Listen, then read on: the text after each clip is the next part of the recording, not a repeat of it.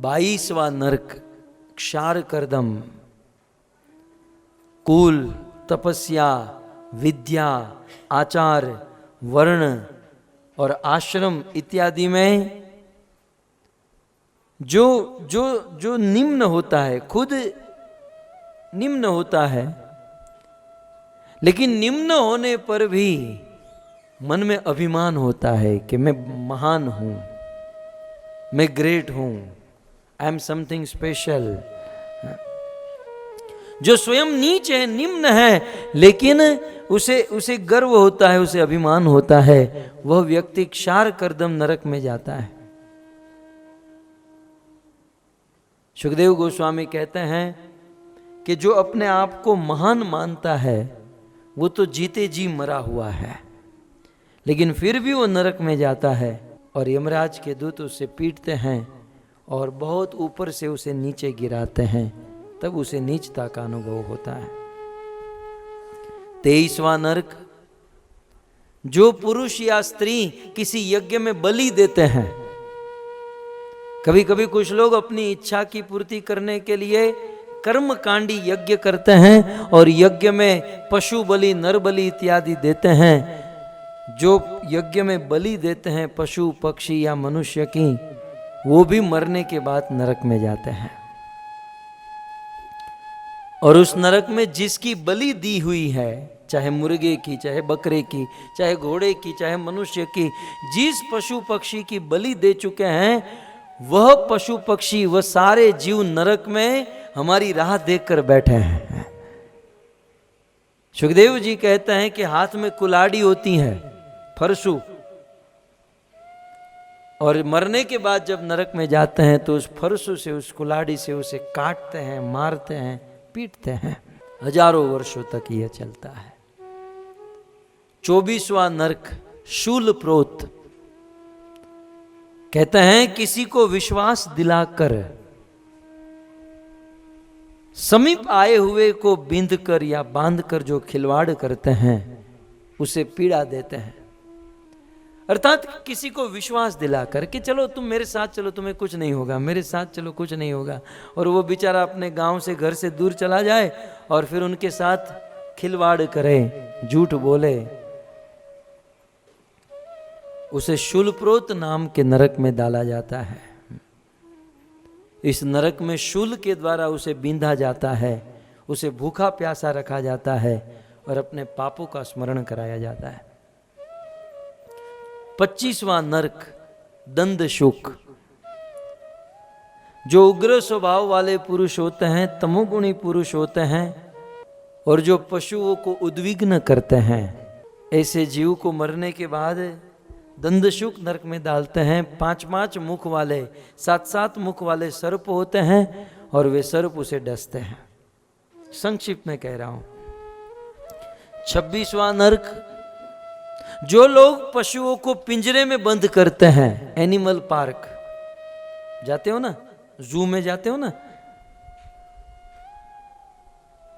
जो लोग पशुओं को जू में बंद करते हैं, रूम में, कमरे में बंद करते हैं या पिंजरे में बंद करते हैं, पशुओं को इस प्रकार से कमरे में, पिंजरे में, जू में बंद करने वाले नरक में जाते हैं।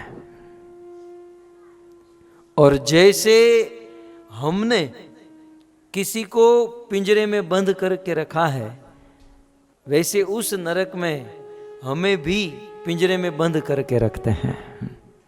और फिर कम जाते हैं ना जू में, और फिर वो शेर को देखते हैं पिंजरे में, ऐसे ऐसे हम भी नरक में जाएंगे, हमको भी पिंजरे में बंद किया जाएगा, फिर लोग देखने आएंगे कि पतिया वाला पिंजरे में है। जैसी करनी वैसा फल, आज नहीं तो निश्चित कल ये होगा। 27वां नरक प्रैक्टिकल है, उसमें मनुष्यों का प्रमाण ज्यादा है, खास करके माताओं का, ऐसा लिखा है। क्या है पता है? जो लोग घर पर आए हुए अतिथि को या मेहमान को देखकर प्रसन्न नहीं होते हैं,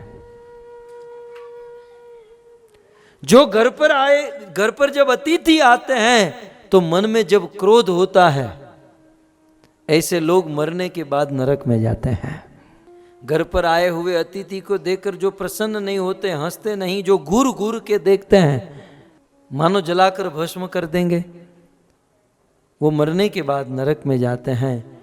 और उस नरक में वज्र के समान चोंच वाले गीध, कंक, कौवे, बटेर ऐसे पक्षी होते बैठे होते हैं, और उस नरक में जाते ही वे सारे पक्षी उस चोंच से हमें नोचते हैं, मारते हैं।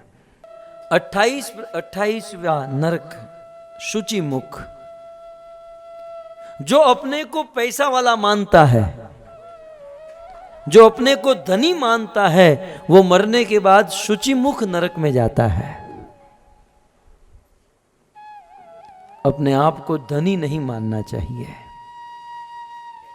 जो किसी को टेढ़ी आंख से देखता है, जिसके मन में अभिमान चढ़ा रहता है, जो धन के खर्च की चिंता करने वाला, जो रात दिन पैसों की चिंता करता है, पैसों को दबा कर रखता है, पैसों को ही बस उसका जीवन ही पैसा होता है, ऐसा व्यक्ति मरने के बाद शुचि मुख नरक में जाता है। और वह आदमी आधा पिशाच बनता है, क्योंकि आधा प्रेत तो वो जीते जी होता है, फिर आधा बनना बाकी होता है, तो मरने के बाद आधा प्रेत पिशाच बनता है। और जो मात्र धन को ही रात दिन सेवन किया है, कैसे पैसा कमाऊं, बस पैसों के बारे में सोचता है, वो मरने के बाद नरक में आधा पिशाच बनता है। और यमराज के दूत उसकी चमड़ी को सीते हैं, उसके हाथ पांव बांध देते हैं और सुई धागा लेकर चमड़ी में सुई धागा डालते हैं और उसको सीते हैं। इस प्रकार सुखदेव गोस्वामी 28 प्रकार के नरकों का वर्णन करते हैं।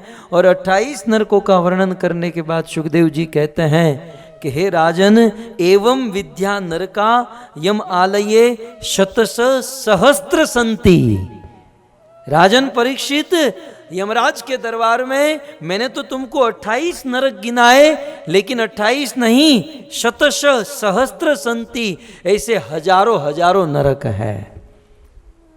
क्योंकि हजारों प्रकार के पाप है, इसलिए उस पाप का दंड देने के लिए हजारों नरक है। सबसे पहले वीडियो पाने के लिए लाल गोविंदास YouTube चैनल को सब्सक्राइब करें और बेल आइकॉन को प्रेस करना ना भूलें।